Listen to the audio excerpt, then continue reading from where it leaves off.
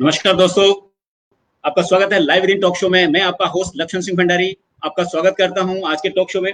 आज बहुत ही important topic हम लोगों ने डिस्कस किया है। आज की जो पेंडेमिक सिचुएशन हमारे साथ है और जो सिचुएशन आज कोविड की वजह से बनी हुई है, सबसे ज्यादा जो परेशान है लोग अपने कैरियर के ऊपर हैं। बहुत लोगों के, हजारों लोगों की जॉब जा चुकी है। बहुत लोग जो नए अभी कैरियर के अपॉर्चुनिटीज को खोज रहे हैं, उनके लिए एक बहुत बड़ी समस्या यहाँ पर खड़ी हो गई है। और जो आज की स्थिति में एक बहुत बड़ा चैलेंज है कि अपने सही कैरियर को कैसे चुनें। आप स्टडी कर रहे हैं, कौन सी स्ट्रीम में पढ़ रहे हैं, उसके बाद कौन सा करियर चूज करते हैं, लेकिन आगे जाकर आप देखते हैं कि ये स्ट्रीम में जो मैंने लिया था, हो सकता है मुझे दूसरी स्ट्रीम को लेना चाहिए था या दूसरा कैरियर अपॉर्चुनिटीज को मुझे एक्सप्लोर करना चाहिए था। तो हमारा मन जो है इधर उधर भागता है, वो कंट्रोल नहीं हो पाता। फिर अगर हम जॉब में है तो जॉब करते करते भी हमें लगता है कि नहीं यार, इस इंडस्ट्री से हम दूसरी इंडस्ट्री में ज्यादा अच्छा हम कर सकते हैं। तो बहुत सारे उथल पुथल, बहुत ज्यादा हमारे बीच में इस बारे में स्ट्रेस भी होता है। हम लोग काफी तनाव में भी रहते हैं अपने कैरियर को लेकर। तो इसी चर्चा को लेकर आज हम आपके सामने प्रस्तुत हुए हैं, कैरियर की अपॉर्चुनिटीज को लेकर और सही कैरियर कैसे चुने, इस टॉपिक को लेकर आज आपके सामने हम लाइव विदिन टॉक शो में चर्चा करने वाले हैं। और हमारे साथ जुड़ेंगे प्रोफेसर अश्विनी अग्रवाल। अश्विनी अग्रवाल जी को बहुत लंबा अनुभव है और बहुत लंबा उनका कैरियर है, जिसमें उन्होंने काफी काउंसलिंग की है और कंसल्टेंट किए हैं। उन्होंने बहुत सारे हजारों सॉल्यूशंस दिए हैं, हजारों लाखों स्टूडेंट्स को उन्होंने एड्रेस किया है, उनको जो है उनकी समस्याओं का उन्होंने समाधान किया है। जो हमारे अश्विनी, मैं आपको इंट्रोड्यूस करता हूं और उनका वेलकम करने के लिए प्रोफेसर अश्विनी अग्रवाल जी, आपका लाइव विदिन टॉक शो में बहुत बहुत स्वागत है सर। नमस्कार। नमस्कार। प्रोफेसर अश्विनी अग्रवाल जी कैरियर काउंसलर हैं, मोटिवेटर हैं, ट्रबल शूटर हैं और ट्रेनर हैं। और कैरियर के ऊपर उनका बहुत बड़ा एक्सपीरियंस है और बहुत अच्छी नॉलेज मिस्टर अग्रवाल रखते हैं। और मैं काफी लंबे अरसे से उनको जानता हूँ। बहुत सारे अदर मोडेलिटीज में भी अग्रवाल सर की एक्सपर्टीज है, उसके बारे में जरूर हम इन बिटवीन चर्चा करेंगे। अग्रवाल सर, हम जानना चाहेंगे कि छोटा सा ब्रीफ आप अपने बारे में, आपके कैरियर के बारे में, और जब हम कैरियर के इसके शुरू कर रहे हैं तो हम जानना चाहेंगे कि आपके कैरियर की जर्नी कैसे रही, आपने कैसे कैरियर चुना, आपने क्या क्या इसमें किया, तो इसके बारे में थोड़ा सा अगर ब्रीफ बताएंगे वुड बी ग्रेट सर।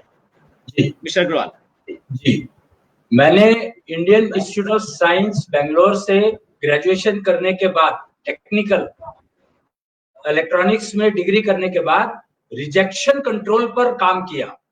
यानी टेक्नोलॉजी को यूज करके इंडस्ट्री में रिजेक्शन को कैसे कम किया जाता है, उसके ऊपर काम किया करीब 15 साल।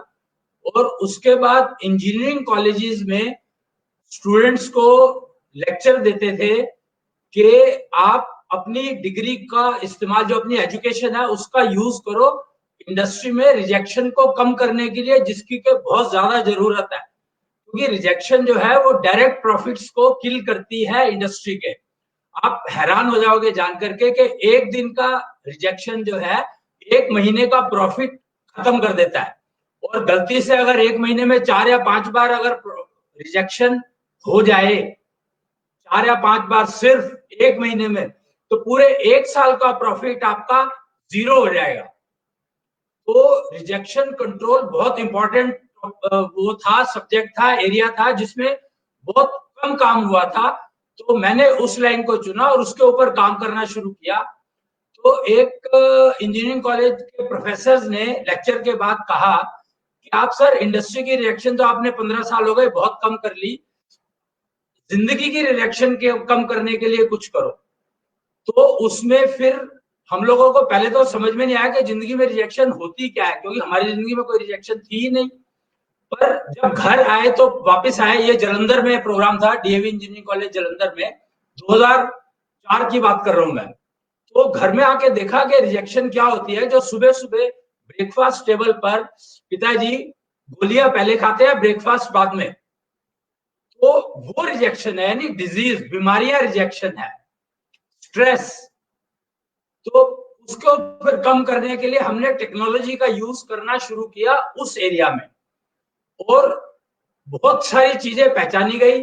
और सबसे इंपॉर्टेंट ये लगा कि स्ट्रेस जो आती है वो कैरियर, रॉन्ग कैरियर सिलेक्शन या कैरियर में अपनी जो स्ट्रेंथ है उसका यूटिलाइजेशन नहीं हो पाता, तो वो स्ट्रेस देता है, बीमारियां देता है। तो ये समझा हमने। और फिर उसके बाद शायद तकरीबन 20-22 साल से हम लोग उसी एरिया पे काम कर रहे हैं जी। तो मतलब रिजेक्शन के लाइफ से रिजेक्शन कम करने के लिए जी डॉक्टर साहब, बहुत लंबा आपका स्वर है। मैं आपको काफी टाइम से जानता भी हूँ, आपके बहुत सारी एक्टिविटीज होती रहती हैं और काफी इवेंट्स में हम लोग मिले भी हैं। तो आपका जो जो झुकाव और जो डेडिकेशन है इसके लिए तो रियली अप्रिशिएबल, तो मैं आपको बधाई देता हूँ। और हजारों स्टूडेंट्स को आपने इंट्रोड्यूस भी किया है और कई सारी चीजों में आपने एक इनोवेशन भी आपने की है अपने उससे। तो मैं ये जानना चाहता हूँ कि जो आपने एक सी सीड करके कुछ इनोवेशन किया था, तो उसके बारे में आप हमें बताएं कि जो सी सीड ये जो है आपका क्या है, क्या इनोवेशन है और इसको आपने कैसे इनोवेट किया? जी देखिए, ऐसा है कि कैरियर के मामले में जब हम कैरियर की बात करते हैं, सिलेक्शन या डिसइंफेक्शन, दो चीजें जरूरी होती हैं कि एक तो कैरियर सेलेक्ट करना है। नॉर्मली हम लोग ये कहते हैं कि कैरियर सेलेक्ट आप पहले करो फिर एजुकेशन लो, बजाय इसके कि पहले आप एजुकेशन लो और फिर कैरियर को सिलेक्ट करो। तो हो सकता है आपने वो एजुकेशन ली ही नहीं जो कैरियर आपको सूट करता है, तो आपका कैरियर आपको सारी उम्र तकलीफ देगा। तो सी सीड एक ऐसी टेक्नोलॉजी हम लोगों ने डेवलप करी जो कि आपको, आप समझ सकते हैं कि कैरियर में सबसे ज्यादा इंपॉर्टेंट होता है डिसीजन मेकिंग और सोच समझ करके डिसीजन मेकिंग करना, और वो मिसिंग हो जाता है अगर आपका करियर आपको सूटेबल नहीं है। तो बहुत सारे टाइम पे आप गलत डिसीजन लेते हैं या डिसीजन लेने में इतना टाइम लगा देते हैं कि उस डिसीजन का कोई मतलब नहीं रह जाता है।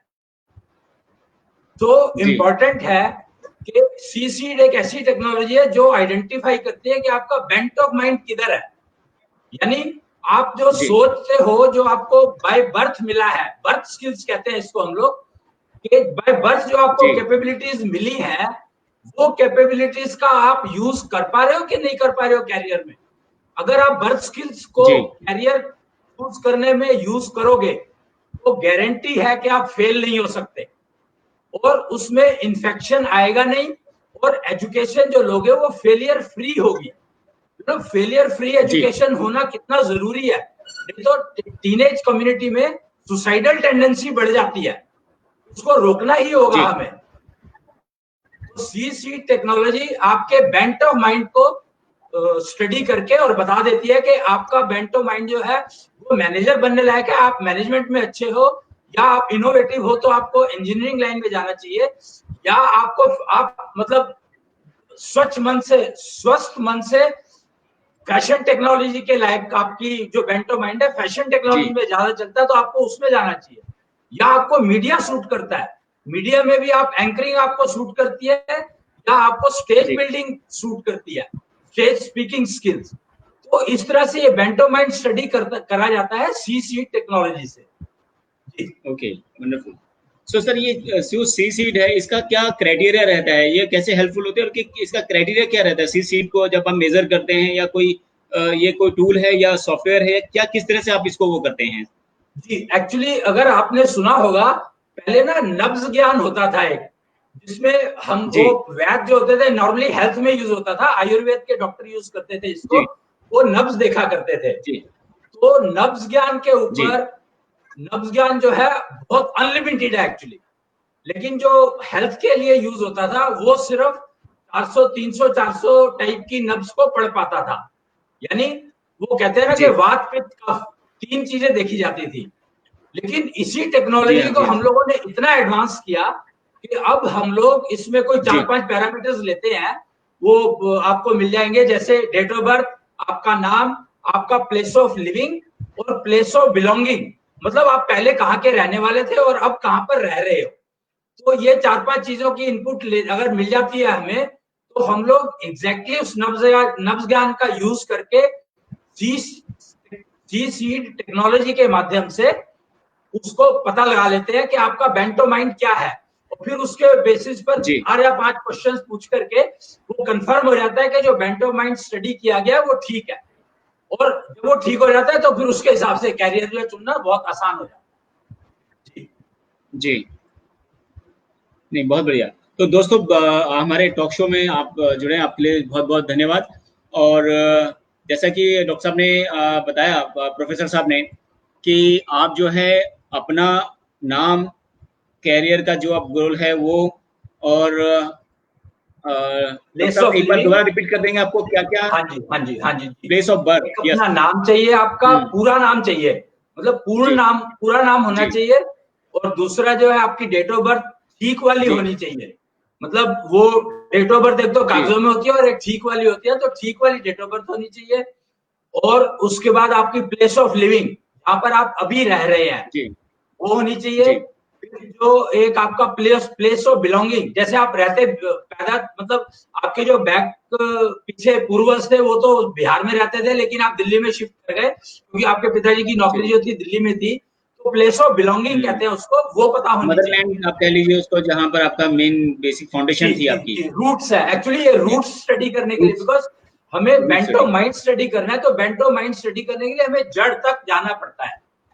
और डेट ऑफ अच्छा, बर्थ इसलिए चाहिए तो ये कि डॉक्टर साहब ये कैसे काम करता है, मतलब? जी, तो आप इतनी सारी चीजें लेते हैं, इसको कलेक्टिव करते हैं, कलेक्टिव करने के बाद ये इसका जो सी सीट का जो ये फार्मूला है आपका, तो हाँ, कैसे, इसके क्या लिए उसका लॉजिक क्या है, उसका मतलब हम लोगों साइंटिफिक ने रीजन क्या है इसका? इसका हम लोगों ने एक सॉफ्टवेयर बनाया हुआ है, कस्टमाइज सॉफ्टवेयर, जो कि हमें ये जी बताता है कि जो डेट ऑफ डिलीवरी, जैसे डेट ऑफ बर्थ से डेट ऑफ डिलीवरी आ गई ना, तो उससे हम लोग कैलकुलेट करते हैं कि आपका डेट ऑफ कंसीवमेंट क्या थी, क्योंकि हम लोग सारे जी काम जड़ पर करते हैं, रूट्स पर। जी तो डेट ऑफ कंसीवमेंट से ही आपका बेंटोमाइन डिफाइन हो जाता है। और फिर उसको जी उस समय में एटमॉस्फेयर क्या कह रहा था, आपके यहाँ का, आप जहां पर आप रह रहे हो उस जगह का, और जहां पर आप बिलोंग करते थे उस जगह का एटमॉस्फेयर, दोनों के हाँ एटमॉस्फेयर स्टडी करने के बाद फिर वो 4 या 5 क्वेश्चंस बनते हैं। और वो क्वेश्चंस पूछ करके वैलिडेशन हो जाता है कि जो आपने इनपुट्स दी वो ठीक है, और हम जो बेंटो माइंड समझे हैं वो ठीक है, दोनों एक दूसरे को समझ लेते हैं, और फिर कैरियर चुनना बहुत आसान हो जाता है। जी जी। अच्छा डॉक्टर साहब, आपने एक और इनोवेट किया था, एक आपने स्टार्ट किया था कि कैरियर, मतलब वो KEAREER है, वो आपका के ए सर्टिफिकेशन ई कोर्स है कुछ? जी, KAEREER, कैरियर। हाँ, तो सर उसके बारे में, उसके बारे में थोड़ा सा आप बताएं कि वो क्या चीज है, उसके बारे में भी मेरे को बड़ी वो है कि कैरियर से आपने कैरियर का इसका कुछ एक वर्ड भी चेंज किया है उसका नामकरण नया कर दिया आपने उसका जी जी जी, एक्चुअली ऐसा है कि जब हम जड़ की स्टडी पर जाते हैं ना, तो बहुत सारे नाम हमें वो देने पड़ते हैं जो रेलेवेंट हो। तो एक बात, दूसरी बात जी यह कि ये हमने एक सर्टिफिकेट कोर्स शुरू किया 4D इन्फ्यूजर इंस्टीट्यूट में। क्या है कि आज की तारीख में अगर आप सोशल मीडिया देखेंगे तो आपको पता लगेगा कि काउंसलर्स जो हैं, काउंसलर्स की जी कितनी ज्यादा डिमांड बढ़ गई है because of this corona and pandemic. Counsellors की डिमांड जी इतनी ज्यादा बढ़ गई है और हमारे पास अवेलेबल काउंसलर्स जो है बहुत कम है। और काउंसलर्स ओके जो अभी काउंसलिंग कर भी रहे हैं, तो उनके पास कोई टेक्नोलॉजी नहीं है जिसका कि वो यूज करके और स्टूडेंट को एक्चुअली गाइडेंस दे सके। अभी नॉर्मली क्या चल जी रहा है कि जिस कॉलेज के काउंसलर्स बात कर रहे हैं, तो वो अपने कॉलेज के नेचुरली कोर्सेज को प्रमोट करने के लिए ही वो उसको डायरेक्शन देंगे। तो हम ये कहते एग्जैक्टली हैं कि कैरियर जो KEREER कैरियर क्या जिसको कहा गया हमने, तो वो बताता है कि आप don't follow the trend but follow your strength, because career is available in all areas. There is no issue today.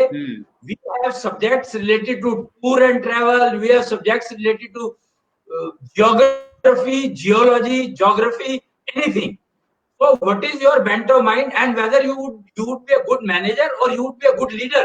In fact, the difference okay between manager and leader itself is not very clear today.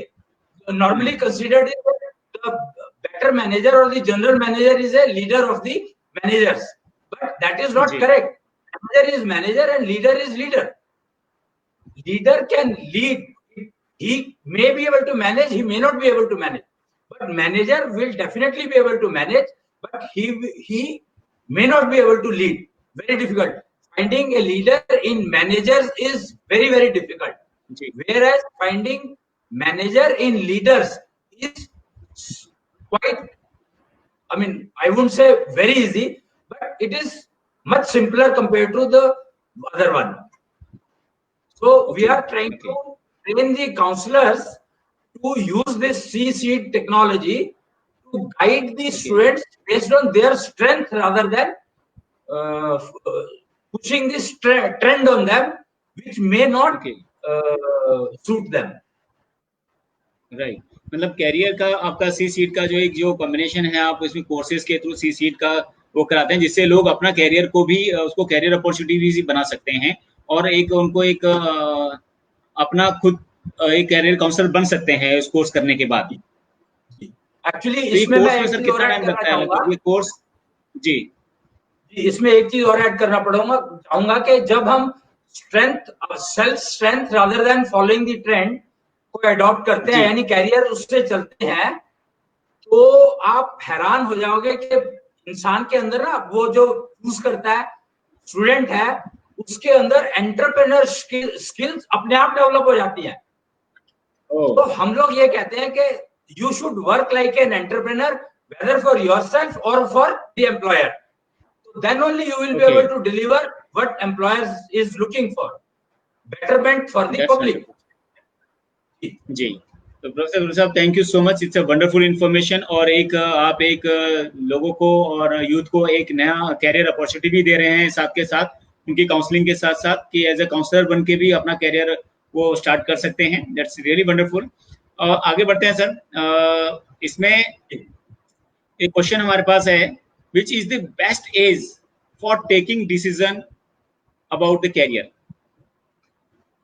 तो ये कौन सा as रहता है जहां पर हम एक बच्चा जो है डिसाइड करे कि उसका कौन सा सही एज ग्रुप है या सही टाइम है जहां पर वो अपने कैरियर गोल को डिसाइड करे कि अब मुझे इस कैरियर या इस स्ट्रीम लेना चाहिए या ये कैरियर चूज करना चाहिए?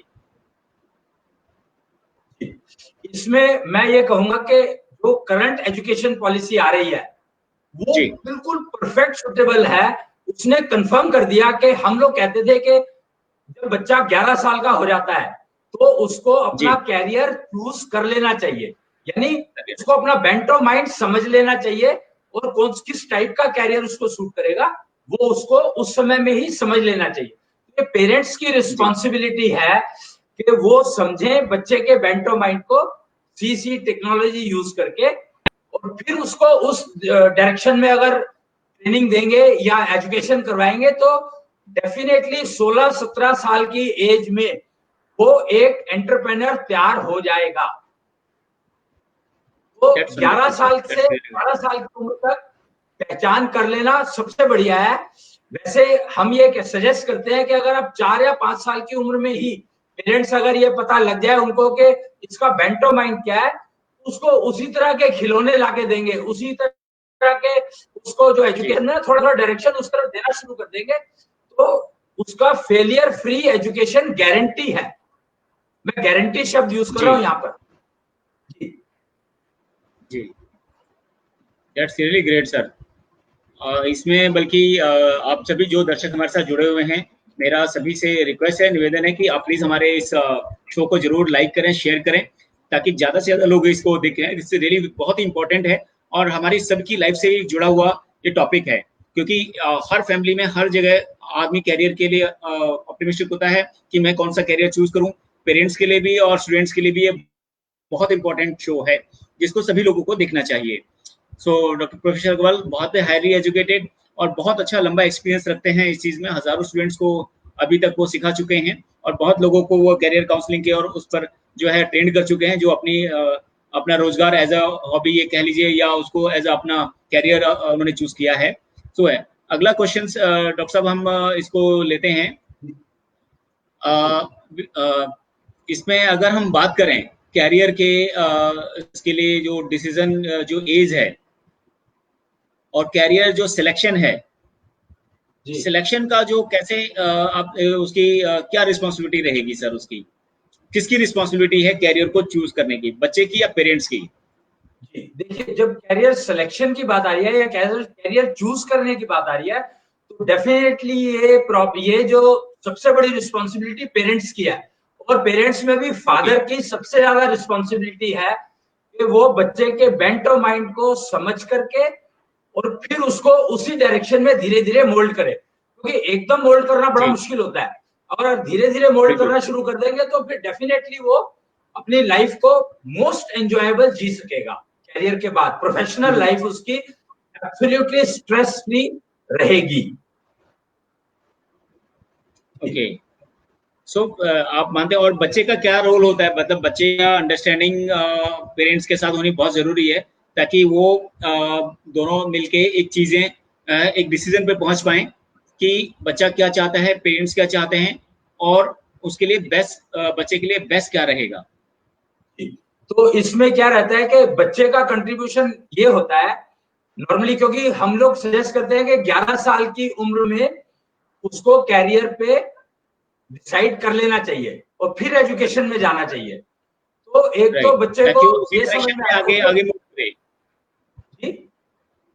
ताकि उसी डायरेक्शन में वो बच्चा मूव करे, और उसी डायरेक्शन में पेरेंट्स को भी मालूम हो कि बच्चे ने ये करियर चुना है, तो उनको ले उनकी क्या क्या आगे की फर्दर जिम्मेदारी है, क्या क्या रिस्पॉन्सिबिलिटी है, और कैसे उस गोल को अचीव करना है। जी, तो हम लोग क्या करते हैं कि जब इंटरव्यू लेते हैं, जब बच्चा आता है हमारे पास करियर काउंसलिंग के लिए, जैसे कोई आया, मान लो पेरेंट्स और बच्चे, हम तीनों को बुलाते हैं और हम लोग बच्चे से सवाल करते हैं और उसकी वैलिडेशन पेरेंट्स करते हैं। मतलब हम लोग पेरेंट्स से सवाल नहीं करते, क्वेश्चन आंसर सेशन बच्चे के साथ रहता है, पेरेंट्स ऑफ कोर्स बैठे हैं, पर पेरेंट्स उसको वैलिडेट करते हैं कि जो हम समझ रहे हैं और जो बच्चा समझ रहा है वो पेरेंट्स को समझ में आ रहा है, they are able to connect with the life the बच्चा has spent with parents for 10 years। तो उसका बिहेवियर, उसका जो आते हैं वो किस तरह का वो बिहेव करता है, वो सारे सीसीड, हमें तो सीसीड टेक्नोलॉजी बता देती है, पेरेंट्स को पता है उनके बारे में, और बच्चा तो करता ही है तो इसलिए उसको मालूम रहता है। तो बच्चे से 4 सवाल पूछने पर ही ये कंफर्म हो जाता है कि बेंटो माइंड उसका वही है जो सीसीड ने बताया और जो पेरेंट्स ने वैलिडेट किया। तो फिर और बच्चे को उसमें आनंद बहुत आएगा। मतलब सबसे बड़ी बात यह है कि अगर कहते हैं कि अगर हॉबी आपका कैरियर बन जाए तो आपकी सक्सेस 70-80% निश्चित हो जाती है। वो एक मूवी आई थी 3 इडियट्स, मैं यहाँ पर रेफर करूंगा, उसमें आप देखेंगे कि उसमें इंजीनियरिंग कर रहे हैं पर एक बच्चे का जो इंटरेस्ट था फोटोग्राफी में था, तो फाइनल ईयर में उसने चेंज किया उसको। तो हम ये कहते हैं कि वो 3 इडियट ने आपको वार्निंग दे दी थी ऑलरेडी कि आप समझो कि बच्चों की एटलीस्ट हॉबी को अगर कैरियर बनाओगे तो सक्सेस हो जाएगी।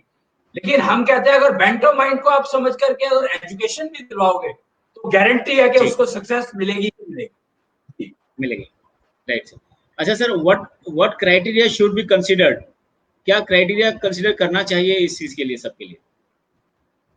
देखिए ऐसा है कि इसमें क्राइटेरिया की जब बात करते हैं हम लोग, तो most important criteria is how much I will be able to earn, मैं कितना कमा सकता हूं इस काम से।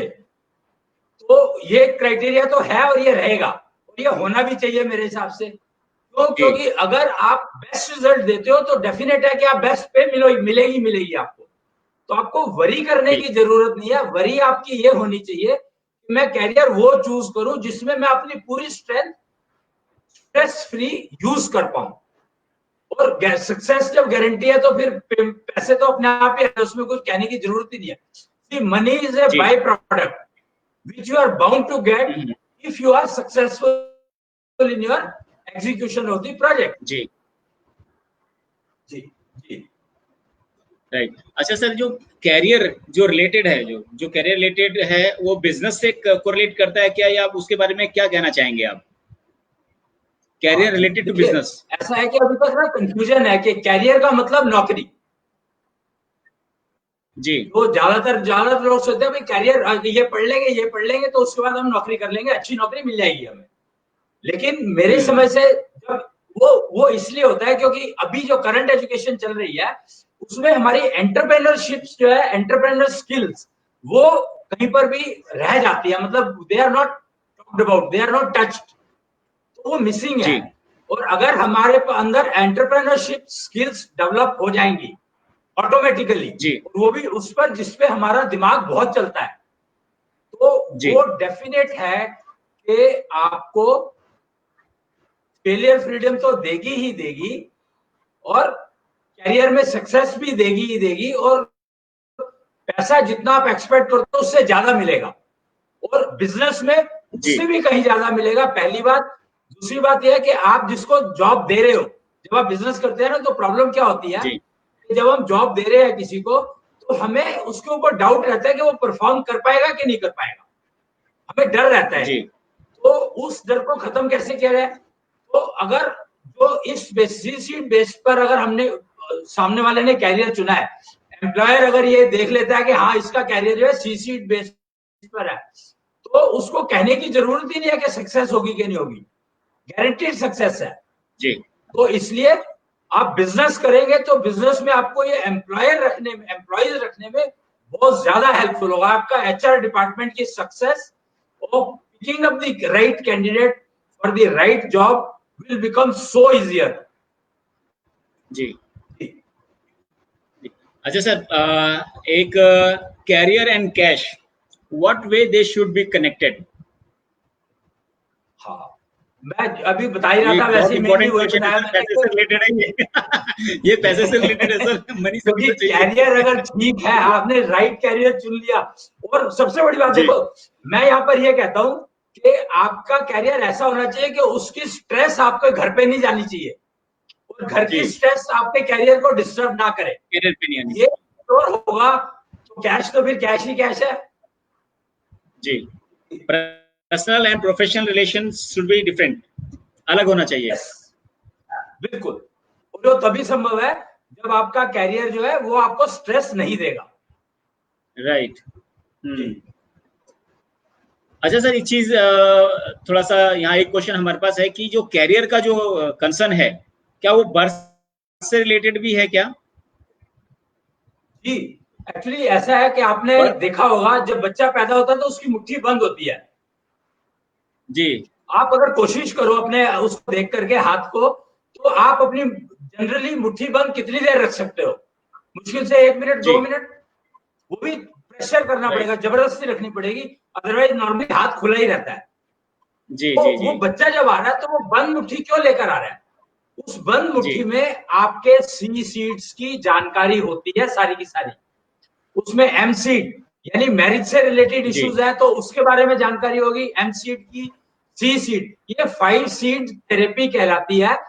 इसमें कैरियर, सी सीड जो है कैरियर की इंफॉर्मेशन देता है, एम सीड जो है मैरिज रिलेटेड इंफॉर्मेशन देता है, और ऐसे करके हेल्थ रिलेटेड इंफॉर्मेशन और आपके एनर्जी रिलेटेड इंफॉर्मेशन जो है मिल जाती है उससे। तो वो बंद मुट्ठी में उन 5 सीड्स की इंफॉर्मेशन बंद है, जिसको हम बर्थ स्किल्स कहते हैं, उनको हमने बर्थ स्किल्स कहा है। बर्थ स्किल्स, तो वो डेट ऑफ बर्थ जो आपका ये पहले आपको जी।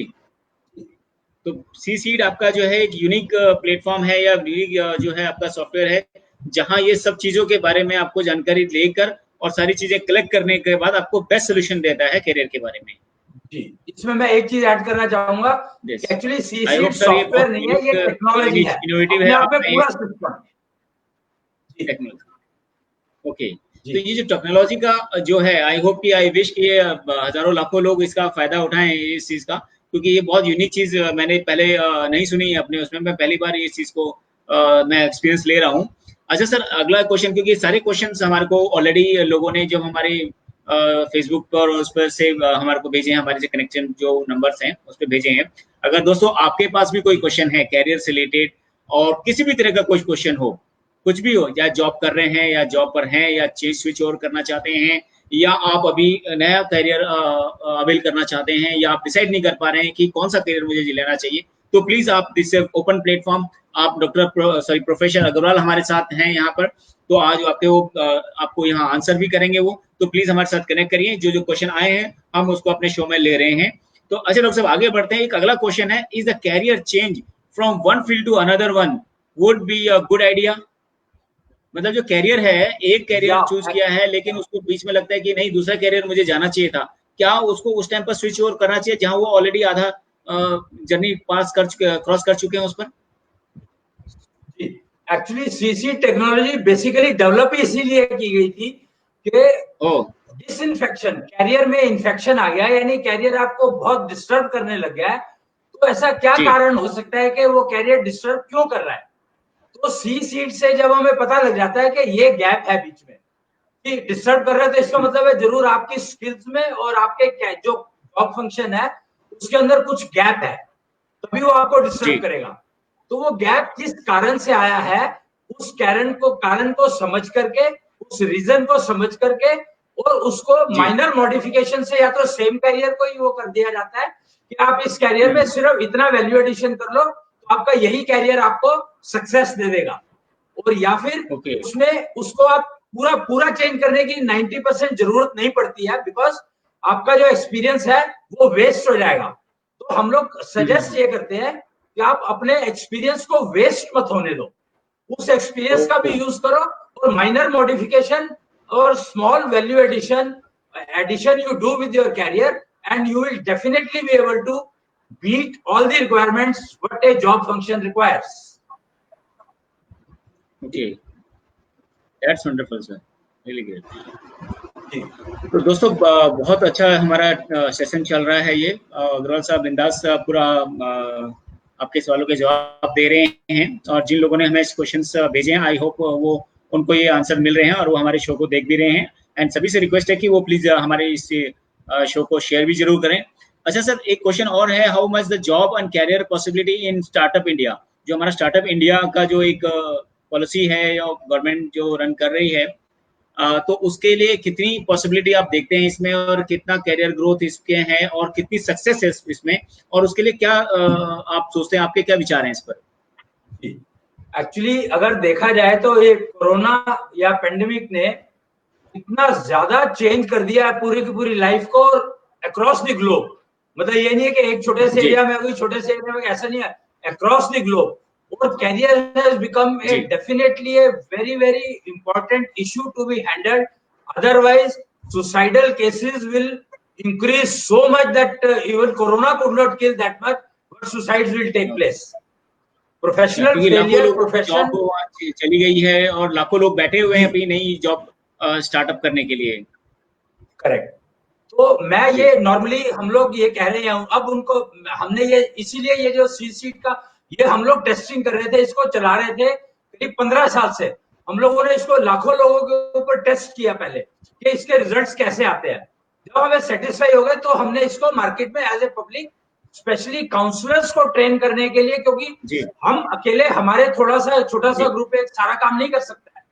तो जब सारे काउंसलर्स हमारे साथ जुड़ जाएंगे या हमारे सिस्टम को सीख करके और उसको उपयोग करेंगे तो आई एम श्योर, क्योंकि देखिए फर्क क्या है, फर्क यह है कि हम लोग ना आपको एजुकेटेड नहीं कर रहे हैं, आपको हम लोग एंटरप्रेन्योर बना रहे हैं। आपके अंदर एंटरप्रेन्योर स्किल्स अगर डेवलप हो जाती हैं तो आपको फेलियर होने का कोई चांस ही नहीं, आपको किसी की वेट करनी नहीं है। Everybody can start up. और आज की तारीख में खासकर इंडिया में, वैसे वर्ल्ड ओवर ये पोजीशन है कि जो एंटरप्रेन्योर है, उसके पास एंटरप्रेन्योर स्किल्स हैं, वो कामयाब होगा ही होगा, चाहे पृथ्वी के अर्थ के किसी भी कॉर्नर में बैठा हो। ये गारंटी है, पक्की बात है। तो और एंटरप्रेन्योरशिप स्किल्स डेवलप करने के लिए जो स्टार्टअप इंडिया से कितनी होप है सर? आपको क्या लगता है स्टार्टअप इंडिया कितना सक्सेसफुल रहेगा हमारा? स्टार्टअप इंडिया एक्चुअली देखिए, एक शब्द होता है इंडस्ट्री में, रिसर्च एंड डेवलपमेंट, R&D। तो रिसर्च एंड डेवलपमेंट मतलब रिसर्च मतलब दोबारा से खोजा जाता है। तो इसका मतलब कोई चीज ऑलरेडी एग्जिस्ट कर रही थी जिसका हमें आज नहीं पता, हम उसको खोज रहे हैं कि वो दोबारा मिल जाए हमें। रिसर्च, तो रिसर्च इसके ऊपर करी जाती है। एंटरप्रेन्योर, अगर आपके ब्रेन एंटरप्रेन्योर बन चुका है या उसमें एंटरप्रेन्योर स्किल जाग चुकी है, जागृत हो गई है, तो आपको समझ में आएगा कि एक वर्ड होता है जुगाड़, अगर आपने सुना हो तो। इंडिया में तो खासकर बहुत यूज होता है ये जुगाड़। इंडिया में तो जुगाड़ का बहुत वो है। एक्चुअली जड़ है जुगाड़, जो है वो जड़ है रिसर्च एंड डेवलपमेंट की। कोई भी इंडस्ट्री रिसर्च नहीं कर सकती अगर जुगाड़ अवेलेबल नहीं है। तो आप मैकेनिकल इंडस्ट्रीज में देखो, ऑटोमेशन में देखो, रोबोटिक्स, बिना जुगाड़ के रोबोटिक्स डेवलप हो ही नहीं सकता था। ये जो आर्टिफिशियल इंटेलिजेंस की हम बात करते हैं आजकल, बिना नेचुरल इंटेलिजेंट पीपल के आर्टिफिशियल इंटेलिजेंस डेवलप हो ही नहीं सकती। तो आर्टिफिशियल इंटेलिजेंस को अगर सक्सेस होना है तो उनको जुगाड़ टेक्नोलॉजी समझनी ही पड़ेगी। उसके बिना जी उनका काम चले, क्योंकि जुगाड़ को जड़ माना जाता है रिसर्च एंड डेवलपमेंट डिपार्टमेंट के लिए, और रिसर्च एंड डेवलपमेंट डिपार्टमेंट अगर नहीं होगा तो आपकी इंडस्ट्री चल ही नहीं सकती। ट्रू। जी, अच्छा जी। सर, आगे बढ़ते तो हैं। तो इंडिया में, अपॉर्चुनिटी इज मेक और इन इंडिया जैसे में। अभी जी बात कर रहे सॉरी। थे हम लोग, सॉरी एक मिनट, एक चीज और ऐड करना चाहूंगा। जैसे हम लोग अभी जी बात कर रहे थे जुगाड़ की, तो आपको तो पता ही है कि इंडिया में जुगाड़ तो मैक्सिमम यूज ही जुगाड़ होता है। तो जी मेक इन इंडिया जो है, उसके सक्सेस होने के चांसेस इतने हैं कि पूरा वर्ल्ड इसको फॉलो करेगा। जी सर, ये जो हम मेक इन इंडिया का जो हम लोगों ने भी क्वेश्चन लिया है, उसी से रिलेटेड एक क्वेश्चन हमारे पास आया है। वैशाली लिख रही हैं, why 90% of startup fail in India. What is? Vaishali लिख रही हैं, हमारे साथ दर्शक जुड़ी हुई हैं, why 90% of startups fail in India. 90% जो है स्टार्टअप, उनका कहना है कि फेल हो जाते हैं। तो ऐसा क्या रीजन है कि वो स्टार्टअप जो है फेल होते हैं? उसके पीछे रीजन क्या है और उसको हम लोग कैसे इंप्रूव कर सकते हैं? आप क्या समझते हैं इसके बारे में? मैं बताता हूँ। उसमें मेन रीजन तो जो हमने पढ़ा है, अभी तक स्टडी किया, जो सर्वे किए, स्टडी किए और उसको एनालिसिस किया, तो मेन रीजन ये है जी स्टार्टअप का कि जो स्टार्टअप करता है वो कहता है कि मेरे को जी लोग मिल जाए, मतलब मेरे को कोई फाइनेंसर मिल जाए, मैं लोगों को एम्प्लॉय कर लूं, फिर उनसे काम करवाऊं। मेन रीजन जी स्टार्टअप फेलियर का ये है। तो क्योंकि उन्होंने जो एजुकेशन ली उसमें उनको कोई एक चीज ऐसी, कोई उन्होंने जो प्रोजेक्ट किया था, उनको लगता है, हर एक को लगता है, मुझे भी लगता है जब मैं पढ़ रहा था, तो मैंने जो प्रोजेक्ट जी किया मुझे लगा कि यार इस प्रोजेक्ट को बहुत ज्यादा वर्थ है। लेकिन वो प्रोजेक्ट अगर सिर्फ सिर्फ आपका कंप्यूटर के ऊपर है, तो कंप्यूटर जब प्रोजेक्ट को एग्जीक्यूट करेंगे तो एग्जीक्यूशन पार्ट में तो आपको स्क्रू भी जो देखना है, वो भी वो स्क्रू लगाना है जो फेल ना हो।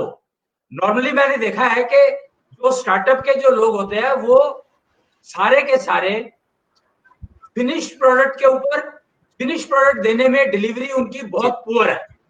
उनका कोर जो है वो तो स्ट्रांग हो जाता है, कोर जो स्ट्रांग हो जाता है, लेकिन फिनिश प्रोडक्ट देना उनको नहीं आता है। जी उन्होंने एक लाइन सीखी, उस लाइन को कोर बना दिया, fine, but unless you deliver the complete product, startup is bound to fail. तो ये बात समझनी पड़ेगी कि स्टार्टअप अगर आप कर रहे हो तो you have to deliver the complete product in all जी respect.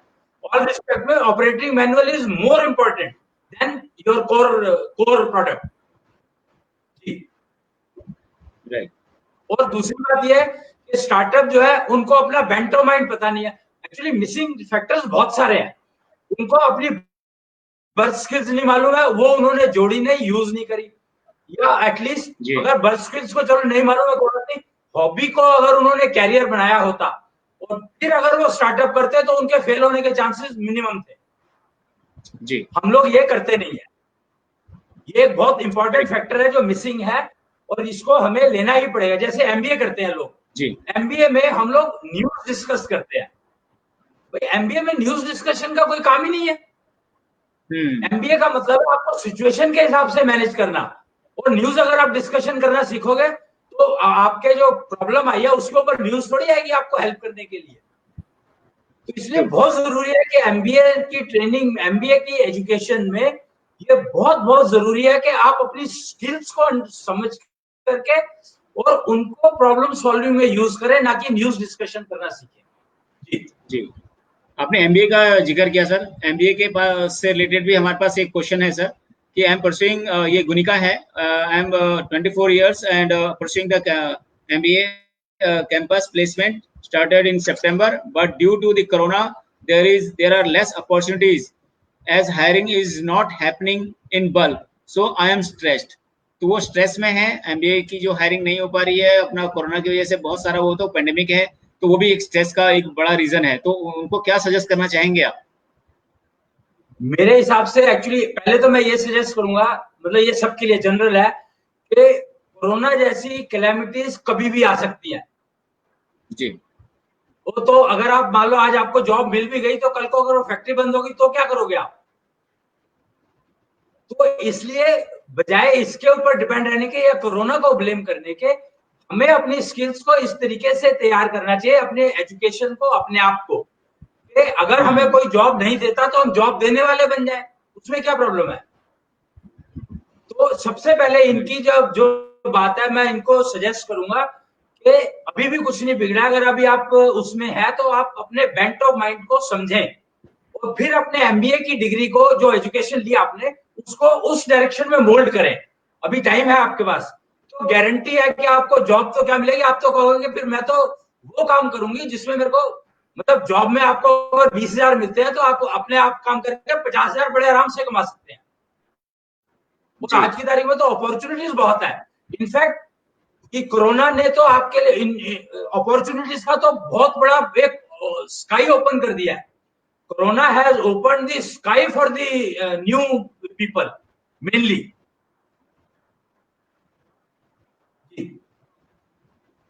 Ji, actually if you look at it, तो कोरोना ने, वो कहते हैं ना कि सीनियर जनरेशन अच्छा को ज्यादा सब आगे बढ़ते हैं। जी, तो सीनियर जनरेशन का रिप्लेसमेंट तो चाहिए ना, इंडस्ट्री कैसे काम करेगी? बिल्कुल सर। अच्छा डॉक्टर साहब आगे बढ़ते हैं। जो opportunities in make in India policy, जो मेक इन इंडिया है, जो मैन्युफैक्चरिंग में भी शायद मेक इन इंडिया में मैन्युफैक्चरिंग यूनिट ज्यादा वो होती हैं, तो उसके लिए आप क्या कहना चाहेंगे? मेक इन इंडिया में क्या अपॉर्चुनिटीज हैं, कितना सक्सेस लोगों को मिलता है, और किन लोगों को ये मेक इन इंडिया में आगे बढ़ना चाहिए?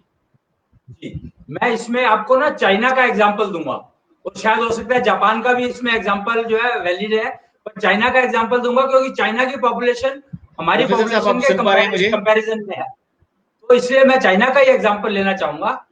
आप अगर चाइना के प्रोडक्शन लाइन को देखेंगे, मेक इन चाइना सपोज कर लो, चलो हम स्टडी करते हैं, तो आप देखेंगे कि कोई भी प्रोडक्ट की मैन्युफैक्चरिंग, यानी जैसे हम कोई एग्जांपल ले लेते हैं, मान लो मोबाइल ही लेते हैं, मोबाइल लेते हैं एग्जांपल। आप मुझे सुन पा रहे हैं? आपकी आवाज कट रही है क्या? जी हेलो, आवाज आ रही है जी? तो मैं ये बता रहा था कि हम लोग क्या करते हैं, जो मेक इन इंडिया का प्रोग्राम की सक्सेस कैसे पक्की है कि मेक इन इंडिया में मैन्युफैक्चरिंग इन्वॉल्व नहीं है बहुत ज्यादा, क्योंकि मैन्युफैक्चरिंग स्पेशली इलेक्ट्रॉनिक गुड्स के लिए, मैन्युफैक्चरिंग के लिए बहुत बड़ा बेस चाहिए। तो बहुत बड़ी बड़ी इंडस्ट्री, तो बड़े बड़े जो वो हैं उद्योगपति हैं, वो लगा लेंगे, और वो लगा लेंगे, उनको कोई प्रॉब्लम नहीं है। जैसे रिलायंस हो गया, और अपना ये टाटाज हो गए, बिरलाज हो गए, गोदरेज हो गया, बहुत सारे लोग हैं, तो बड़े बड़े लोग हैं, बड़ी इन्वेस्टमेंट कर सकते हैं और बड़ी बड़ी इंडस्ट्री आराम से लगा सकते हैं। तो वो लोग क्या करेंगे, वो रॉ मटेरियल से मतलब पार्ट्स बनाएंगे और आप उनको असेंबल करो, यू अंडरस्टैंड? तो असेंबली के लिए तो बहुत ज्यादा लोगों की रिक्वायरमेंट है। प्रोडक्शन के लिए एक फैक्ट्री में हो सकता है 50 लोग काम करें, ऑटोमेटिक फैक्ट्रियां हैं। पेपर मिल, यूएस की पेपर मिल की बात करता हूं, हम लोग पेपर मशीनरी के एक्सपर्ट रहे हैं, तो पेपर मिल्स जो है एक 20 टन पेपर प्रोड्यूस करता था पर डे, और उसमें सिर्फ 7 लोग काम करते थे, फुल्ली ऑटोमेटिक प्लांट्स। तो वो प्लांट लगाना तो कोई बड़ी बात नहीं है, वो तो बड़े लोग लगा ही लेंगे, उसमें कोई इशू नहीं है, क्योंकि उसके लिए सारी चीजें, हर तरह की प्लांट एंड मशीनरी अवेलेबल है। But make in India successful इसलिए है कि हमारी पॉपुलेशन इतनी है कि उसमें से हर इंसान कोई ना कोई चीज फुल असेंबल करके, उसको रॉ मटेरियल मिल जाएगा, यानी कंपोनेंट मिल जाएंगे, और उसको असेंबल करके बेच सकता है जी। तो इसको मेक इन इंडिया नहीं कहते। एक्चुअली मेक इन इंडिया का मतलब तो है कि लोगों ने समझा कि मेक इन इंडिया मतलब manufacturing, no, make in India का मतलब है mainly using the strength of the country which is population, तो उसमें असेंबली यूनिट्स लगाओ।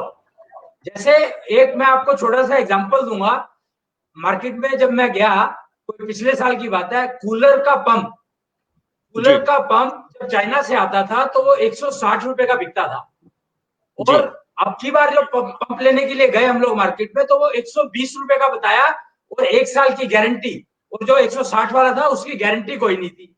तो मैंने कहा ये कैसे हो गया? कहता है सर आपको पता नहीं है कि इतनी बड़ी बड़ी फैक्ट्रियां लगा दी है मोदी जी ने, छोटे छोटे जो पार्ट्स है उसके वो पूरे का पूरा में आप असेंबली यूनिट लगाओ और कूलर असेंबल करके बेचो, तो आपको वैल्यू एडिशन के पैसे भी ज्यादा मिलेंगे, और आपको कंपटीशन भी बहुत कम होगा। मतलब जी मेक इन इंडिया ने जो असेंबली की अगर तरफ आप सोचना शुरू कर दोगे तो गारंटी जी है कि आपके कंपटीशन होगा ही नहीं। हम्म जी तो यानी कि ये कह सकते हैं कि मेक इन इंडिया में बहुत अच्छा स्कोप है, और जिस हिसाब से हमारी मोदी गवर्नमेंट काम कर रही है, उसमें जो है मेक इन इंडिया जो है एक बहुत बड़ा मील का पत्थर होगा, और अराउंड द वर्ल्ड हम लोग एक नए आप देखेंगे कि नई चीजों में उभर के आ रहा है, नई एक इंडस्ट्री उभर के आ रही है इंडिया से। आप इसके बारे डेफिनेटली। में कुछ सोचते ये हैं? देखिए ना, आपके आप जो नई एजुकेशन पॉलिसी अगर देखते हैं तो वो बेसिकली जी मेक इन इंडिया को असेंबली यूनिट मैन्युफैक्चरर्स तैयार करने के लिए ही आ रही है। जी जी। अच्छा डॉक्टर साहब, आगे बढ़ते हैं। एक एजुकेशन से रिलेटेड ही अगला क्वेश्चन है कि what is the difference between our and foreign education system? जब आज का अगर करंट सिचुएशन अगर हम देखें, क्योंकि अभी नई पॉलिसी आ रही है, उसके बारे में हम लोग अगले इसमें चर्चा करेंगे, कि वो क्वेश्चन भी हमारे पास आया हुआ है। तो अभी जो करंट सिचुएशन है, वो जो सिस्टम हमारा जो एजुकेशन सिस्टम है आज का, जो करंट हम लोगों ने अभी स्टडी किया है, जो हम लोग निकले हैं, और जो फॉरेन का जो सिस्टम है, उसमें आप कितना डिफरेंस आप देखते हैं? देखिए ऐसा है कि फॉरेन में अगर आप अमेरिका, जब हम लोग अमेरिका और मतलब फॉरेन टूर्स किए हम लोगों ने, देखा समझा, तो वहां पर ना ज्यादातर 10 साल 11 साल का होते ही बच्चा कोई ना कोई एक साइट का काम शुरू कर देता है। न्यूज़पेपर डिलीवरी का काम शुरू कर देगा या पिज्जा डिलीवरी का काम शुरू कर देगा। मतलब कोई ना कोई, दैट इज द की, कि आप कोई ना कोई हम्म एक्टिविटी प्रोफेशनल शुरू कर देते हो, उससे आप वो सीखते स्किल बहुत हो। डेवलपमेंट हो जाता है अर्निंग इज उनका, उनका जो स्किल डेवलपमेंट होता रहता है एग्जैक्टली। बीच में बिटवीन। जी, तो इसीलिए वो एजुकेशन में उसके बाद जाते हैं। आप हम्म समझो बात को कि जब वो प्राइमरी एजुकेशन ले रहे हैं या सेकेंडरी जी एजुकेशन ले रहे हैं, तो मिडिल एजुकेशन, तो उस टाइम पर ही उन्होंने प्रोफेशन शुरू कर दिया, अर्निंग जी शुरू कर दी। It is not more of earning, it is learning. That period is not earning, they earn also of course, but earning is not the criteria, criteria is learning learning is life. More important. So that is why education in foreign is very, very important, provided you are brought up there, born and brought up there. जी Or for higher education, definitely they have much more possibilities, because they are equipped with the very good latest technologies. या So that is why higher education, if you want to do in the current system I am talking about, so you have to right go to America or Western countries, जी because our higher education is poor. Poor in the sense that infrastructure is poor, I would say. Right. Yeah. So जी doctor साहब, education के बारे में बात हो रही है। एक क्वेश्चन हमारे पास उसी से रिलेटेड हमारे बीच में है कि what do you think about new education policy in India? हमारी नई पॉलिसी गवर्नमेंट ने अभी इनिशिएट की है, और सभी जगह उसकी बहुत तारीफ भी हो रही है कि ये पॉलिसी जो है, और बाहर की जो एजुकेशन पॉलिसी से सिमिलर बहुत सारी चीजें इसमें जोड़ी गई हैं। तो आप एक कैरियर एक्सपर्ट हैं, और बहुत सालों से आपने बहुत लंबा आपका अनुभव रहा है, एक्सपीरियंस रहा है। तो आप इस चीज को कैसे देखते हैं, जो ये पॉलिसी में है, क्या ये बेस्ट है, या इसमें और कुछ इंप्रूवमेंट की जरूरत है, या जो करंट सिचुएशन के अंदर जो हमारी जो सिचुएशन है, जो इसमें हम लोग चाइना जैसे बड़े उससे भी लड़ रहे हैं, तो ये आने वाली जो जनरेशन हमारी है जो इस पर एजुकेशन लेगी, क्या वो एक बहुत बड़ा गेम चेंजर होगा हमारे लिए, इंडिया के लिए? देखिए मैंने अभी जैसे कहा कि फॉरेन में जब बच्चा 10 साल का होता है तो वो ऑलरेडी कोई ना कोई जी प्रोफेशन पिक कर लेता है। तो जी हम लोग और हमारी एजुकेशन पॉलिसी में जो इन्होंने इंक्लूड किया है, वो किया है कि आप इस 10 साल की उम्र से आप चूज करो कि कौन किस टाइप का आपको स्किल्स सीखना चाहते हो। मतलब इट इज द जी government has taken that responsibility on themselves to give you what you want. और जबकि फॉरेन में राइट, आपके पास ऑप्शन कोई देता नहीं है, आपको अपने आप ही पिकअप करनी पड़ती है। पिकअप करनी तो पड़ती उसमें क्या होता है, वहां पर शायद ये भी एक क्राइटेरिया रहा होगा कि you should start earning at the age of 10। And we है। said, right our government is saying in this new education policy that develop your entrepreneurship skills, and it is more of learning rather than earning. Right Earning तो you can always do whenever you want to do. Right. आज भी अगर देखें तो नहीं, 5-6 आपकी साल का बच्चा भी अर्निंग जी चाहे तो कर सकता है। बिल्कुल बिल्कुल सर। और आप देखें तो आजकल के बच्चे जो है जो गेमिंग इतनी एडवांस आती है, बहुत छोटे छोटे बच्चे भी जो है वो सब कर लेते हैं, और पेरेंट्स उतना मोबाइल का एप्लीकेशंस और उतने सब चीजें वो उतने ज्यादा फेमिलियर नहीं होते जितने वो छोटा सा बच्चा जो है वो अपने पेरेंट्स को सिखा रहा होता है कि ये देखो जी, ये एप्लीकेशन है, इसमें ये चीजें ये कर सकते हैं। तो जी यू जी नो कि बिल्कुल। हमारा जो माइंड सेट है बच्चों का वो बहुत ज्यादा है, और दिस इज राइट टाइम, बहुत सही डिसीजन गवर्नमेंट ने आई थिंक लिया है कि जो बिल्कुल एजुकेशन पॉलिसी में बच्चों को एक नई करियर अपॉर्चुनिटीज को एक्सप्लोर करने के लिए, नया एक्सपीरियंस उनको लेने के लिए। तो खाली वो नहीं, उन्होंने रिस्पॉन्सिबिलिटी भी लिया है कि जो भी स्ट्रीम आप जी चुनना चाहते हो उसके लिए वो सारा इंफ्रास्ट्रक्चर प्रोवाइड करेंगे। तो ये बहुत जी, इंपॉर्टेंट पॉइंट है इस बहुत इंपॉर्टेंट पॉलिसी है। का। जी, क्योंकि आप जिस रास्ते पे चल रहे हो तो उसकी सड़क भी मजबूत होनी चाहिए, और आपके पास उसके साधन भी पूरे होने चाहिए, तभी उस चीज का फायदा है। तो आई थिंक गवर्नमेंट उसी ट्रैक पे काम कर रही है, एंड वी विश की जो हमारी जो इंडियन गवर्नमेंट का, मोदी जी का जो प्लान है एजुकेशन डिपार्टमेंट का, जो भी जो इस एजुकेशन सेक्टर के अंदर एक बहुत बड़ा जो गेम चेंजर वी होप कि इसमें आएगा, और जो नई जनरेशन जो अब इसमें एजुकेट होगी और एजुकेशन लेगी इस सिस्टम से, तो डेफिनेटली उनका फ्यूचर ब्राइट ही ब्राइट है, उसमें कोई फेलियर का चांसेस नहीं होगा। तो यही हम लोग इस उस पे उम्मीद करते हैं। सो आगे चलते हैं sir. Why should student go abroad for high education? हमारे इंडिया से बहुत लोग जाते हैं, और ऐसा नहीं है कि बाहर के लोग भी इंडिया में एजुकेशन के लिए आते हैं। तो ये फ्लक्चुएशन क्यों होती है? मतलब लोग एक कंट्री से दूसरी कंट्री से एक एजुकेशन के लिए जाते हैं। हमारे यहाँ से भी हजारों लोग जाते हैं, लेकिन प्रॉब्लम ये देखता हूं मैं कई बार कि जो बच्चे वहां एजुकेट करते हैं वो वहीं पर अपनी कैरियर, अपनी जॉब, अपनी लाइफ को सेटल करने की कोशिश करते हैं। वो एजुकेशन लेकर इंडिया आकर प्रैक्टिस करना नहीं चाहते, या यहाँ पर अपना काम स्टार्ट नहीं करना चाहते। तो उसके पीछे क्या बड़ा रीजन आप देखते हैं इन सब चीजों के पीछे? जी, मैं उसके पीछे, एक तो मेनली जो बाहर जाते हैं लोग तो वो हायर एजुकेशन के लिए जाते हैं, लोअर एजुकेशन के लिए नहीं जाते हैं, क्योंकि लोअर नहीं जाते। एजुकेशन वहां पर बहुत एक्सपेंसिव है। जी माइंड इट, हायर एजुकेशन सस्ती है क्योंकि उसको इंडस्ट्री स्पॉन्सर करती है, जबकि लोअर ओके। एजुकेशन सारी गवर्नमेंट के ऊपर बर्डन होता है, तो वो महंगी पड़ती है, पहली बात। जी। दूसरी बात यह है कि आपका जो मोड ऑफ कम्युनिकेशन है, लैंग्वेज जिसको मैं हम्म। कहता हूं, तो लैंग्वेज आपकी उतनी स्ट्रांग नहीं हो जाती है कि आप वहां पर जाकर के जो प्रोफेसर बोल रहे हैं वो आपको समझ आ सके। अभी भी जब जी आप बीटेक, मान लो आपने इंजीनियरिंग की बीटेक कर ली और उसके बाद जाते हो तो भी आपको वर्ड्स पिकअप करने में दिक्कत होती है, जी बिकॉज एक्सेंट बदल जाता है। आपने इंग्लिश सीखी है, इंग्लिश आपको आती है, आप कन्वर्सेशन कर सकते हो, लेकिन जब लेक्चर होता है तो अगर उसमें प्रोनाउंसिएशन का फर्क आ जाता है तो भी बहुत सारी चीजें मिस हो जाती है। तो आप देखेंगे कि हायर एजुकेशन ओके। में जो सक्सेस रेट है इंडियंस का, वो बहुत अच्छा नहीं है। जी मैं ये अभी भी जी। आपको बता सकता हूँ कि हायर ओ। एजुकेशन में जितने इंडियंस वहां जाते हैं पढ़ने के लिए, जी। उनका सक्सेस रेट बहुत अच्छा नहीं है, पर काम सबको मिल जाता है। नहीं जाता है। नहीं, समुद्र में तो आदमी इंडिया में कूदता जो है तो लोग तैरना आते आ हैं, ही जाता है सब अब धीरे यहाँ पर मैं आपको, धीरे। अभी आपने जो सवाल पूछा था कि इंडिया में जी लोग क्यों आते हैं पढ़ने के लिए, तो इंडिया में लोग बेसिक एजुकेशन के लिए आते हैं, क्योंकि इंडिया की बेसिक एजुकेशन बहुत स्ट्रांग है, वो जी लैंग्वेज उनको सीखनी नहीं पड़ती, तो यहाँ पर उनकी जो सक्सेस के चांसेस है बहुत बढ़ जाते हैं। जी हमारे यहाँ पर तो पहले, क्योंकि अगर मान लो साइंस पढ़ रहा है कोई बच्चा, तो जी उसको इंग्लिश, साइंस मतलब इंग्लिश में आनी जरूरी है, और इंग्लिश सीखने में ही उसको अगर 10 साल लग जाते हैं तो अपना मेन सब्जेक्ट कब पढ़ेगा? जी। जबकि बाहर के लोगों की इंग्लिश अच्छी होती है तो वो सब्जेक्ट को बहुत अच्छे से पिकअप करते हैं, इजीली अंडरस्टैंड कर जाते हैं और पढ़ इसलिए वो लेते हैं। प्रेफर करते हैं। राइट जी राइट जी right. Rightly said sir, rightly said. जी। तो अच्छा सर, एक और एक क्वेश्चन हमारे पास है। What step should be taken to improve more job opportunities in India?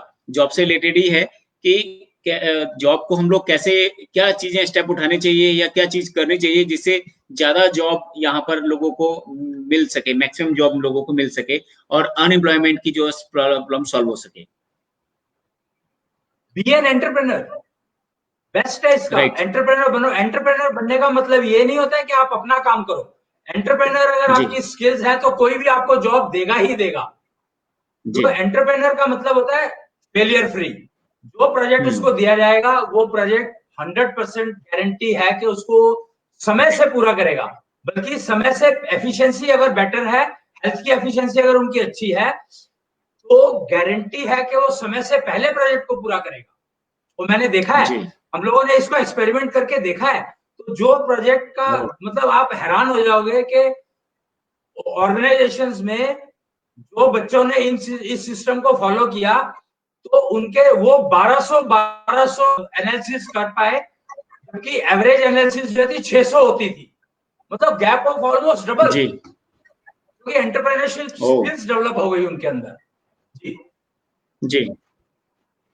अच्छा प्रोफेसर साहब, एक क्वेश्चन हमारे पास अभी आया है, ये एक उसके बाद हम और उस पर डिस्कस करेंगे कि during the COVID pandemic situation lakhs of people जो है लॉस्ट देयर जॉब्स, तो what should you suggest to them? आप उनको क्या सजेस्ट करते हैं? उनके लिए बेस्ट है कि सबसे पहले वो अपना बेंट ऑफ माइंड समझे, उनके अंदर सी सीट क्या, क्योंकि अब ये फ्रेश स्टार्ट हो सकता है। इस समय में सिचुएशन ये है कि जिनका कैरियर बहुत डिस्टर्बिंग था, पर चल रहा था किसी तरह से, वो चला रहे थे उसको, चाहे वो family at the cost of family life, but अब उनको टाइम ऐसा मिल गया है तो अपने आप को समझे और फिर नया कैरियर उसके हिसाब से चूज करें, उनको गारंटीड जॉब मिल जाएगी, पहली बात। दूसरी बात यह है कि वो क्योंकि उनके पास ऑलरेडी एक्सपीरियंस है और कुछ ना कुछ दिन टाइम जॉब किया तो उनका कुछ ना कुछ पैसे भी इकट्ठे हो गए होंगे, तो वो स्टार्टअप करेंगे और 10 लोगों को और जॉब दे सकते हैं। और वो उनका अगर एंटरप्रेन्योरशिप स्किल देख करके जॉब देंगे तो गारंटी है कि दोनों को सक्सेस मिलेगी। जी। मेक इन इंडिया प्रोग्राम तो सक्सीड हो ही जाएगा, उसमें कोई कहने की बात ही नहीं है। वी विश की सर ये हो, और जिससे कि मेरे को जो अगर करंट सिचुएशन में अगर हम देखा जाए तो मेक इन इंडिया जो है या स्टार्टअप जो है, जो पॉलिसीज है गवर्नमेंट की, वो बहुत अच्छी हैं। लोग अपना एंटरप्रेन्योर का वो है, और आज की डेट में जिस तरह से हम लोग चाइना के इसमें फाइट कर रहे हैं और जिस हिसाब से उनके प्रोडक्ट का यहाँ बहिष्कार हो रहा है, और तो इसलिए ये जरूरी हो जाता है कि हम ज्यादा से ज्यादा आगे बढ़ के आए और अपने प्रोडक्ट्स को निकाल के लाएं, अपने जो आइडियाज हैं उनको हम लोग इम्प्लीमेंट करें। गवर्नमेंट भी उसमें सपोर्ट कर रही है। आई थिंक उसमें भी लोग, बहुत लोग होंगे जो आपको इसमें हेल्प कर सकते हैं, जो आपको इसमें मदद करेंगे कि ये जॉब जो मेक इन इंडिया के लिए या स्टार्टअप इंडिया के लिए आप कैसे इसकी एड ले सकते हैं या गवर्नमेंट से सपोर्ट कैसे ले सकते हैं, और क्या है। अगर प्रोफेसर साहब अगर इस बारे में एक मिनट मैं चाहूंगा यहाँ पर एक स्टेटमेंट बोलना कि जिन लोगों की पेंडेमिक की वजह से जॉब चली गई है और उनको 10-15 साल का एक्सपीरियंस हो चुका है, तो उनके लिए बहुत बेस्ट अपॉर्चुनिटी है इस समय में वो स्टार्टअप करने की। और उनके अंदर जो स्टार्टअप करने की जो स्किल्स में अगर कुछ मिसिंग है, जी बिल्कुल, तो डेफिनेटली सीसी टेक्नोलॉजी हेल्प करके उसको ठीक कर सकती है। तो अगर वो स्टार्टअप करेंगे, फ्रेश लोगों को एम्प्लॉयमेंट देंगे, it is a win win situation for everybody who are going to lose their job due to pandemic. Yes जी।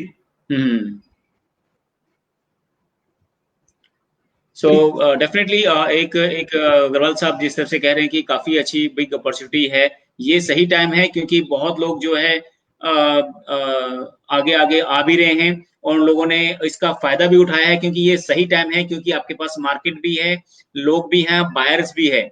लेकिन अभी मैन्युफैक्चरर लोग कम हैं, जहां पर अगर उन प्रोडक्ट्स को जिसका बहिष्कार हो रहा है उस तरह के प्रोडक्ट्स को लेकर आप आते हैं, उस तरह के प्रोडक्ट्स को आप इनिशिएट करते हैं, जितनी जल्दी आप करेंगे उतना जल्दी आपका सेटअप और एक कंपनी का सक्सेस आपको मिलेगा डेफिनेटली। एक क्वेश्चन और हर्षित सिंह का हमारे पास आया है इसमें, वो कह रहे हैं कि I am completed my 12th year this year only I am an average student. I have scored less marks in my favorite subject and I am really very confused what course to do. Please give me some suggestion. कह रहे हैं 12वीं class उन्होंने अभी recently pass out किया है, average student हैं, और उनका जो है वो कंफ्यूज है कि क्या कैरियर उनको चूज करना है, ये कौन सी स्ट्रीम लेनी चाहिए। देखिए, पहली बात तो ये है कि एवरेज, हर इंसान एवरेज है, मार्क्स ज्यादा हो तो भी एवरेज है और कम हो तो भी एवरेज है। एवरेज शब्द जो है वो तकरीबन सबके लिए एप्लीकेबल है। पहली बात तो ये समझना जरूरी है, क्योंकि जिसके मार्क्स बहुत अच्छे हैं, हो सकता है कि कैरियर वो ऐसा चुने जो कि उसके मार्क्स से रिलेटेड ही ना हो, उसके फील्ड से रिलेटेड ही ना हो। उसने एजुकेशन तो एमबीए कर ली, लेकिन वर्कशॉप खोल ली जाकर के। एमबीए करने से उसको मार्केटिंग, वो मतलब उसकी जो भी स्किल्स डेवलप हुई, पॉलिश हुई, लेकिन उसने फैक्ट्री खोल ली वर्कशॉप की और लेथ मशीन के ऊपर काम कर रहा है जी, तो वहां पर तो एमबीए काम नहीं आएगी। तो एवरेज, हर कोई एवरेज ही है, इसलिए एवरेज अपने आप को कहोगे तो इसका मतलब है कि आप डेमोक्रेसी को फॉलो कर रहे हो, पहली बात।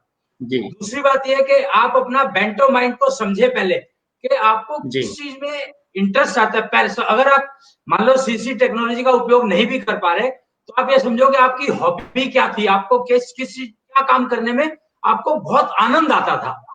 जी उस लाइन को समझने की कोशिश करो, फिर उस लाइन के ऊपर कुछ लोगों से बातचीत करो, अपने पेरेंट्स से करो, अपने टीचर से करो, अपने स्टूडेंट्स के जो क्लासमेट्स हैं, फ्रेंड्स हैं, सीनियर जूनियर भाई बहन, उनसे डिस्कस करो यार ये भी तो मैं कैरियर बना सकता हूँ। और फिर उसके लिए जो सीखना चाहिए, जो एजुकेशन लेनी चाहिए, उस एजुकेशन में आपको एडमिशन गारंटीड मिल जाएगा और फिर आपको कामयाबी ना हो ऐसा हो ही नहीं सकता। जी। तो ये आपका माइंड सेट करने वाली भी बात है कि आप अपने माइंड को कैसे सेट करते हैं, अपने कितना आप को आप समझो। डेडिकेटेड हैं। हाँ, फंडामेंटल ये है कि आप अपनी स्ट्रेंथ को समझ करके और फिर आप कैरियर चुनोगे तो सक्सेस गारंटी है, फेलियर फ्री जी एजुकेशन गारंटी है। मान लो आपका बेंटो माइंड तो टेक्निकल साइड में है, यानी इंजीनियरिंग की साइड में है, पर आपको जो एजुकेशन ले लिया आपने वो आपको एमबीए की तरफ लीड कर रही है, मैनेजमेंट की जी तरफ लीड कर रही है, तो आपका जो कॉन्ट्राडिक्शन है वो आपको एजुकेशन में फेलियर देगा। जी क्योंकि आपका मन तो आपका स्पोर्ट्स कैरियर बनाना चाहते हो आप, या आपको सूट करता है स्पोर्ट्स, और आप जो है पढ़ने लगे इंजीनियरिंग की डिग्री, तो स्पोर्ट्स कैरियर को आप सोच सकते हो स्पोर्ट्स कितना बढ़िया कैरियर हो सकता है। हो सकता है क्या, होता जी ही है आजकल, देख लो आप कितने। हाँ, ये बात अलग है बिल्कुल सर। कि वो नेशनल लेवल इंटरनेशनल लेवल, अरे भैया अगर नौकरी करते हो तो 20,000 की नौकरी मिलती है। स्पोर्ट्स में अगर आप अच्छे निकल जाते हो, क्योंकि स्पोर्ट्स अगर आपको बाय बर्थ सूट करता है तो गारंटी आप अच्छे निकलोगे, उसमें फेल होने का चांस ही नहीं है।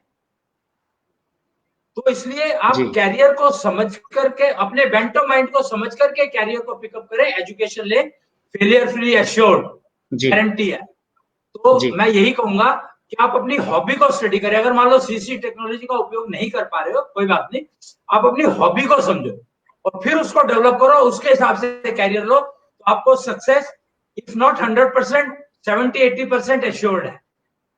जी सर, एक साक्षी का क्वेश्चन आया है अभी।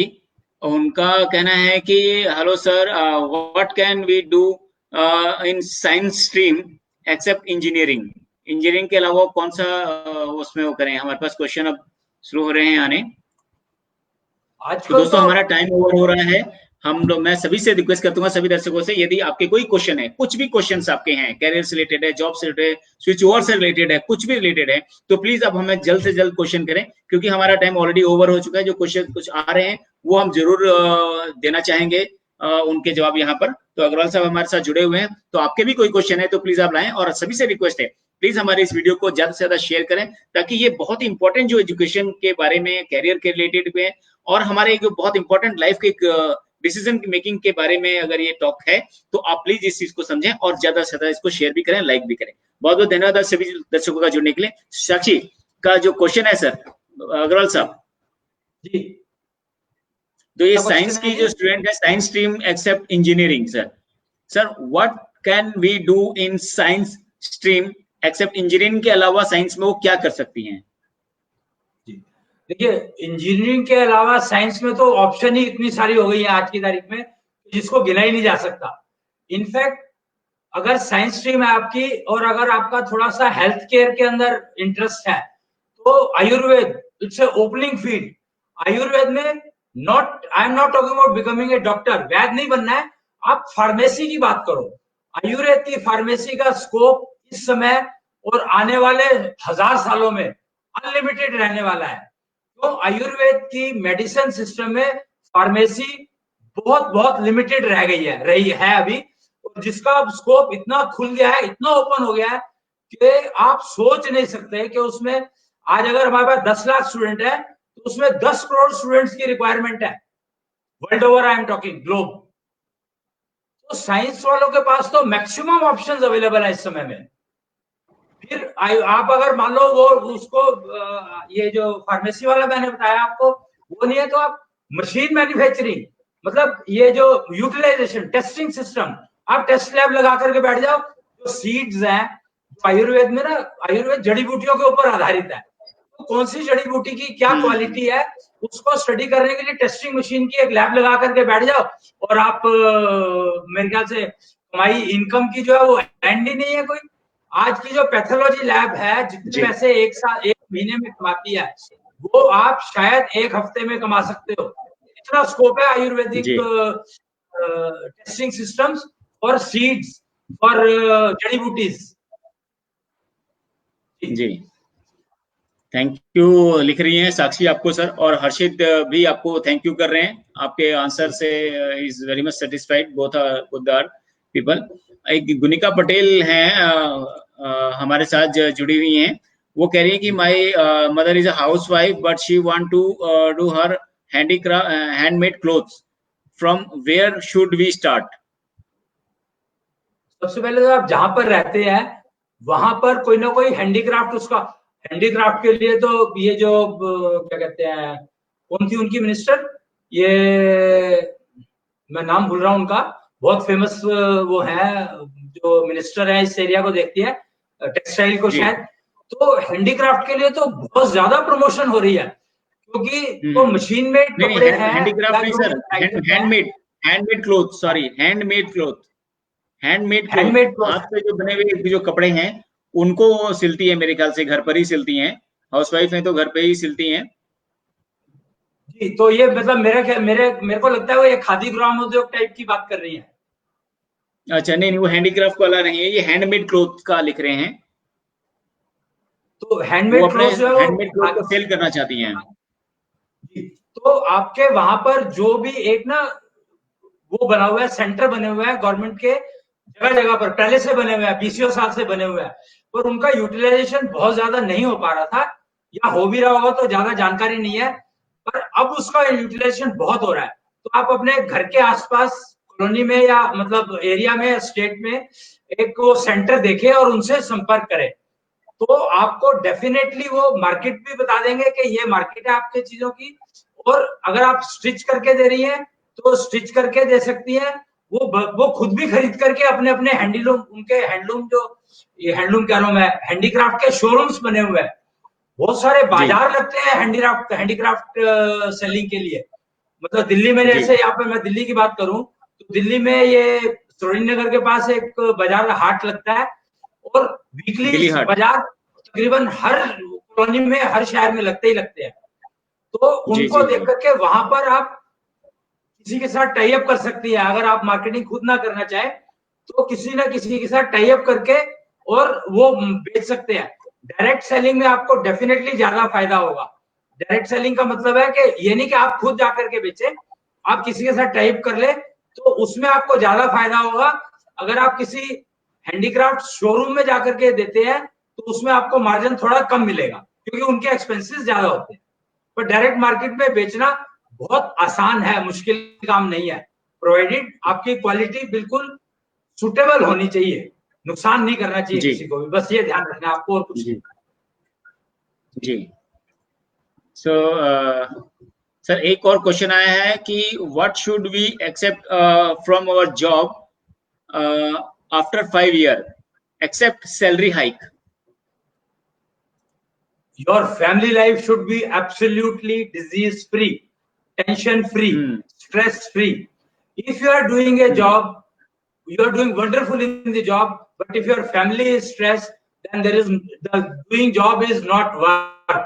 Make sure that your professional life should help your family to live a disease free life.